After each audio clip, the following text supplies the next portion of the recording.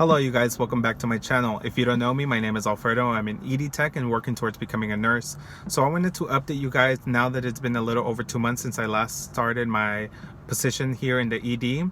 And actually I'm wearing, I think, even the same color uniform from my last video. But anyways, I just wanted to update you guys on the things I've learned, the things I'm doing, how I'm doing in school and everything, just because I've been doing a lot of things and I wanted to update you guys because I know I do disappear from time to time because it's really hard to manage my time in terms of going to school during the day, going to work in the evening, and by the time I go home midnight or past midnight, like, it gets really complicated to either film a video that's interesting or, you know, get time to edit. So I try to do these one take.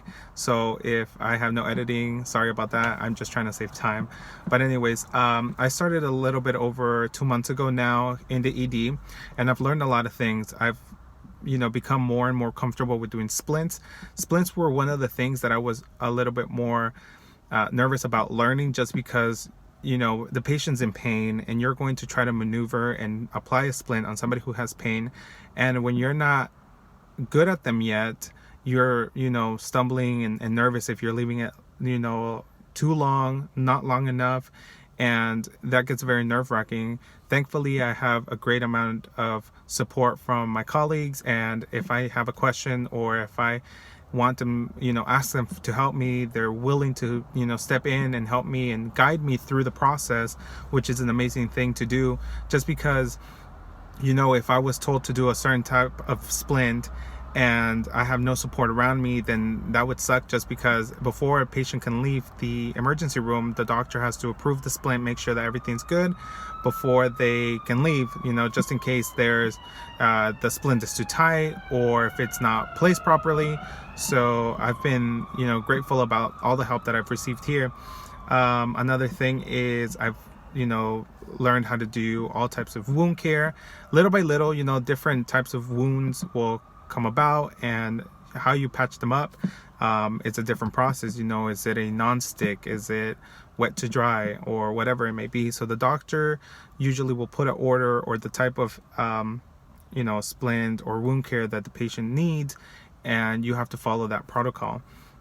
I'm happy to be here. I'm happy to learn a lot of things. I'm surrounded by a bunch of nurses, and I can emulate how they work into my future as a nurse, and it gets me more excited to become a nurse. And I just want to be done with school and be in the field and actually helping patients. In terms of the difference between the clinic and the ED, we do a lot less computer work, a lot less appointments and referrals, but I'm still involved in the patient's care very much. So jumping into all types of codes, code blue if the patient's crashing, jumping in and doing CPR, making sure the patient's attached to all types of leads and blood pressure cuffs to get, everybody has their role in a patient's care. If I am in a stroke alert, my duty is to call the neurologist to set the patient in, the machine, the vitals, getting all that done, getting patient undressed to make sure that the nurses have access to start a line or, give treatment or whatever it may be. So it's a very fast-paced environment, and I was used to that already in the clinic. I was always on my feet running around, but there were those downtimes where I would, do computer work. And here is much less of that, but still, there's a lot of documentation that needs to be done here in the ED. Everything that you do with a patient or for a patient, you have to document, even if it's just giving them water. If a patient comes into ED, usually always, they'll want water or ask for something like that. So you can't just go ahead and grab a cup of water and give it to the patient, just because water may interfere with the patient's labs, imaging. If the patient has to be, NPO for whatever reason, and you give them water, that may interfere with it. So you have to always make sure you check in with your nurse or check in directly with the doctor and ask if the patient can have water before you hand them anything. And if you gave them water, you have to note that in the chart. If you get a patient off of a bed into a bedside commode, or if you take him to the restroom, that's a good time to document. If you need to ambulate them at some point as a trial to be able to discharge them home, if you took them to the restroom, that could count as the ambulation you did. for the doctor to be able to discharge the patient. Or if you got him off of the gurney into the bedside commode, you have to document that, just because in case the patient falls for whatever reason, you documented that you safely got them off the gurney into the bedside commode safely, and if anything happens other than that, you're protecting yourself, just because you don't want to anything to happen and not cover yourself, because at the end of the day, it's your job in the line and you have to protect your job, especially if you work so hard to be here. Another thing is learn to be cautious about the guests that come in with the patients. They have family members, friends, whoever's with them, accompanying them. They get very anxious. They might often just flag you down and ask you for a bunch of questions. Some of the questions you can answer, some you can't. Just let them know that you'll get to them as soon as possible. You'll check in with the nurse or the doctor and let them know the response. Try to make them feel comfortable. Just because you don't want an anxious patient and an anxious guest, offer them food, offer them water, make them feel comfortable, and that will go a long way. Just because I've noticed that sometimes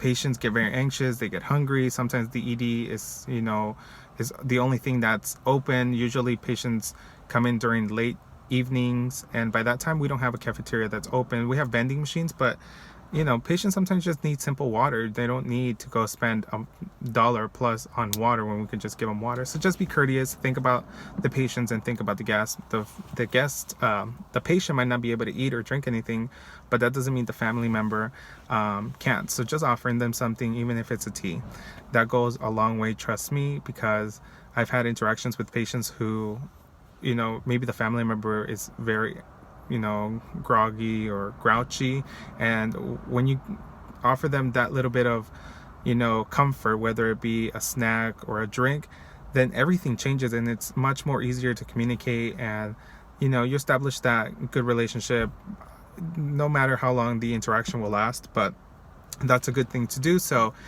that's my advice. I'm happy to be where I am. I'm taking my first midterm tomorrow for pharmacology. I did my midterm already for sociology, and thus far that's good.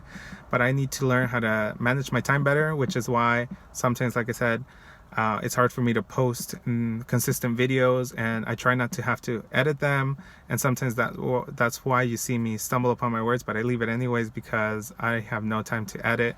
And another thing is when I'm filming in public, and sometimes like a car just pulled up in front of me right here, they see me talking into the camera here or the cell phone, and that's why sometimes you see me wandering around, because it's awkward still for me to record videos while people are watching me. But I'm trying to work on that too. If you guys have any questions, please leave them down below in the comment section. Hit me up on Instagram, send me a DM, questions you may have, anything I can answer for you in terms of becoming a medical assistant if you're interested in that, becoming an ED tech, my progress as a nurse, advice. I have a lot of advice that I would like to share with you guys who are interested in becoming nurses, or even just receiving a bachelor's degree, how to navigate that, because I literally stumbled so much and learned by trial and error. And I have all this knowledge that I wish somebody would have shared with me when I was going through all of those